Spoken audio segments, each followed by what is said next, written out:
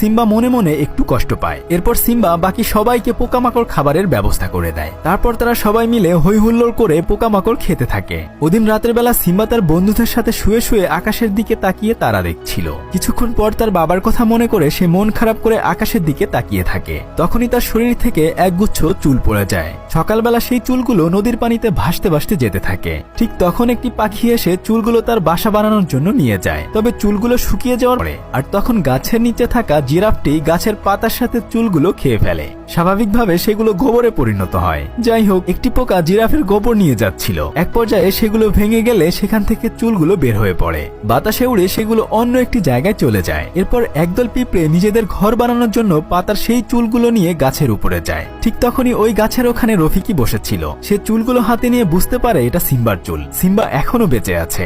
নতুন রাজ্যে সমস্ত প্রাণীরা হেসে খেলে তাদের জীবন পার করছিল, কিন্তু হঠাৎ করেই কোথা থেকে যেন একটা সিংহ এসে তাদের উপর আক্রমণ করে বসে। পুম্বা এবং টিমন নিজের যান বাঁচাতে প্রাণপণ দৌড়াতে থাকে। এক পর্যায়ে সিংহটি পুম্বাকে প্রায় ধরেই ফেলছিল। ঠিক তখনই সেখানে সিম্বা চলে আসে। সিম্বা এসে ওই সিংহটির সাথে লড়াই শুরু করে দেয়। কিছুক্ষণ পরে সে বুঝতে পারে এই সিংহটি আসলে নালা। সে নালাকে চিনে ফেলে। নালা সিম্বাকে দেখে অনেক বেশি অবাক হয়ে যায়, কেননা সে ভেবেছিল সিম্বা হয়তো মারা গিয়েছে। এরপর তারা দুজন অনেক খুনসুটি করে। নালা তখন সিম্বাকে বলে, তোমার অবশ্যই ঘরে ফিরে যাওয়া উচিত। ইস্কার হায়ানাদের সাথে হাত মিলিয়ে আমাদের পুরো রাজ্য দখল করে নিয়েছে। রাজা হিসেবে তোমাকে অবশ্যই সবার প্রয়োজন। সিম্বা তখন বলে, এখন থেকে এটাই আমার বাড়ি। তুমি আমার সাথে এখানেই থাকো, তুমি ফিরে যেও না। এখানে তোমার অনেক বেশি ভালো লাগবে। কিন্তু নালা বলে, দেখো সিম্বা, আমি এটা কখনোই করতে পারবো না। সিম্বা বলে, আচ্ছা পরে ভেবে দেখবো আমরা। তার আগে চলো এখানকার রাজ্যটি আমি তোমাকে ঘুরিয়ে দেখাই। এরপর সে পুরো রাজ্যটি ঘুরিয়ে দেখায়। নালা বলে, বাহ, আসলেই তো জায়গাটা অনেক বেশি সুন্দর। তবে তুমি এতদিন কেন বাড়িতে ফিরে যাওনি? তুমি ওখানকার রাজা ছিলে।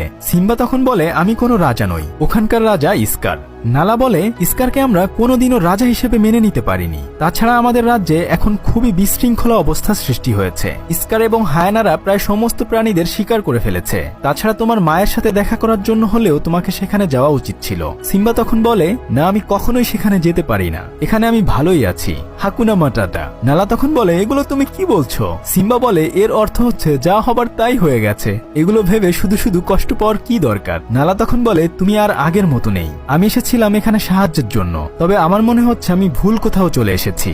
ভালো থেকো সিম্বা। এই বলে নালা সেখান থেকে চলে যায়। সিম্বা তখন মন খারাপ করে বলতে থাকে, আমার কাউকে দরকার নেই, আমি একা একাই এখানে ভালো আছি। ঠিক তখনই রফিকি বলে, একা একা ভালো থাকা যায় না, বরং সবাইকে নিয়ে ভালো থাকতে হয়। সিম্বা তখন রফিকিকে বলে, আপনি আসলে কে?